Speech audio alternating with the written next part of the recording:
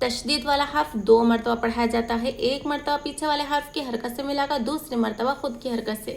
آگے والا حرف جزم والا آ رہا ہے تو جزم والا حرف صرف ایک مرتبہ پڑھا جاتا ہے پیچھے والے حرف کی حرکت سے ملا کر۔ جی سمجھ میں آ رہا ہے آپ سب کے؟ ذال شین زبر ذش، اذا شین میم زبر شم، اذا شم سین پیش سو، اذا الشمس، کاف الف زبر کا، نون نون زبر نن، کانن۔ یہاں پر دیکھیے الف لام خالی، حروف شمسی ہے، یہاں حروف شمسی نون ہے، تشدید والا حرف ہے، ٹھیک ہے؟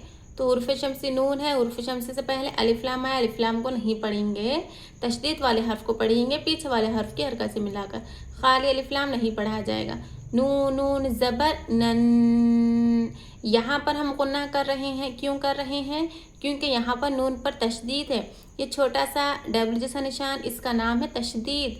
یہ تشدید اگر نون پر ہو تو نون مشدد ہوگی، میم پر ہو تو میم مشدد ہوگی، ٹھیک ہے؟ تو نون پر اور میم پر یہ تشدید ہو تو وہاں پر ضرور غنہ کیا جائے گا، چاہے اس سے پہلے کوئی بھی حرکت ہو، کوئی بھی حرف ہو، ٹھیک ہے؟ نون پر اور میم پر تشدید ہو تو وہاں پر ہم نے ضرور غنہ کرنا ہوگا۔ غنہ کہتے ہیں آواز کا ناک میں ایک الف کی مقدار روک کے رکھنے کو۔ نون نون زبر نن، کانن، نون الف زبر نا، کانن نا، الف سے پہلے حرکت زبر ہے، الف مدہ ہو رہا ہے، ایک الف کی مقدار نا کو کھینچیں گے، سین پیش سو، کانن ناسو، یا زبر یا، قاف واو پیش قو، یقو، لام را پیش لور، یقولر، واو ساکن سے پہلے حرکت پیش ہو تو واو مدہ ہوگا، ایک الف کی مقدار کھینچیں گے، یا کے اوپر حرکت زبر، را کے اوپر لام کے اوپر حرکت پیش، جلد پڑھیں گے۔ دیکھیے الف لام یہاں پر بھی خالی ہے، الف لام کے بعد والا حرف تشدید والا آ رہا ہے تو یہاں پر ہوگا حروف شمسی کا قاعدہ، الف لام خالی ہے، آگے والا حرف تشدید والا آ رہا ہے تو یہاں پر ہم را کو پڑھیں گے پیچھے والے حرف کی حرکت سے ملا کر، ٹھیک ہے؟ یہاں را حروف شمسی کے 14 حروف میں سے آ رہا ہے، الف لام کو سائلنٹ کر دیں گے۔ لام را پیش لر، یقولر، را زبر را، یقولر، را کو موٹا پڑھیں گے، را کے اوپر حرکت زبر رہنے کی وجہ سے را پور ہوگا، سین واو پیش سو، یقولر رسو، لام پیش لو، یقولر رسولو، واو ساکن سے پہلے حرکت پیش، واو مدہ ہوگا، ایک الف کی مقدار سو کو کھینچیں گے، حمزہ زبر آ، قاف یا زیر قی، اقی، قاف کو موٹا پڑھیں گے، پڑھتے وقت قاف موٹا پڑھا جائے گا، قاف حروف مستعلیہ میں سے ہے، اگر قاف کے نیچے حرکت زیر ہو تو حرکت کے ساتھ جب پڑھیں گے ہم قاف کو تو قاف باریک پڑھا جائے گا، ٹھیک ہے نا؟ زبر اور پیش کے ساتھ جب ہم قاف کو پڑھیں گے تو قاف پڑھنے میں موٹا پڑھا جائے گا، اور جب ہم زیر کے ساتھ پڑھیں گے تو قاف باریک پڑھا جائے گا، اقی، قی، باریک پڑھا جا رہا ہے نا؟ یا ساکن سے پہلے حرکت زیر ہے، یا مدہ ہو رہا ہے، ایک الف کی مقدار کھینچیں گے۔ الف ہمیشہ خالی ہوتا ہے، اگر الف کے اوپر نیچے کوئی حرکت لگا دیا جائے تو وہ خالی الف حمزہ بن جائے گا، تو یہاں پر یہ الف نہیں ہے، یہاں پر یہ حمزہ ہے۔ حمزہ زبر آ، قاف یا زیر قی، اقی، میم صاد پیش مس، اقیم، صاد کو موٹا پڑھیں گے، صاد حروف مستعلیہ میں سے ہے اور صاد کے اوپر حرکت زبر ہے تو صاد حرکت کے ساتھ بھی موٹا پڑھا جائے گا، ٹھیک ہے؟ یہاں پر دیکھیے الف لام خالی ایک ساتھ جمع ہے، الف لام کے بعد والا حرف صاد آ رہا ہے، تشدید والا حرف ہے، صاد حروف شمسی کے 14 حروف میں سے ہے تو یہاں حروف شمسی کا حرف صاد ہے، تو حروف شمسی سے پہلے الف لام آئے تو الف لام کو نہیں پڑھیں گے، تشدید والے حرف کو پیچھے والے حرف کی حرکت سے ملا کر پڑھیں گے، ٹھیک ہے؟ وَأَقِيمُوا الصَّلَاةَ، لام کھڑا زبر لا، اقیموا الصَّلَاةَ، تا زبر تا، اقیموا الصَّلَاةَ، لام کے اوپر حرکت کھڑا زبر کو ایک الف کی مقدار کھینچ کر پڑھیں گے. وہ خالی وہ کو نہیں پڑھیں گے. یہاں پر دیکھیے وہ خالی الف خالی یہ دونوں حروف کو بھی نہیں پڑھیں گے, سائلنٹ کر دیں گے, ٹھیک ہے نا. میم کو تشدید والے حرف سے ملا کر پڑھیں گے. تا کے اوپر حرکت زبر, تا کو جلد پڑھیں گے. اقیموا الصلاۃ. چلیے رواں دیکھیے حروف قمری, ٹھیک ہے نا. والقمری والیتاما والاقربین مالقارعۃ هم المفلحون. حروف شمسی اذا الشمس كان الناس يقول الرسول اقیموا الصلاۃ. چلیے امید کرتی ہوں کہ آپ سب کو حروف قمری اور حروف شمسی کا سبق اچھے سے مکمل طور پر سمجھ میں آ گیا ہوگا, ٹھیک ہے.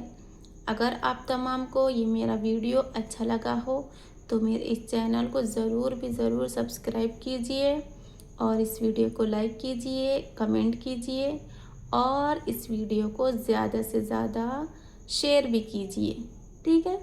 چلیے انشاءاللہ ہم ملیں گے نیکسٹ ویڈیو میں. تختی نمبر 16 لفظ اللہ کا قاعدہ پڑھیں گے ہم, ٹھیک. چلیے السلام علیکم ورحمۃ اللہ وبرکاتہ.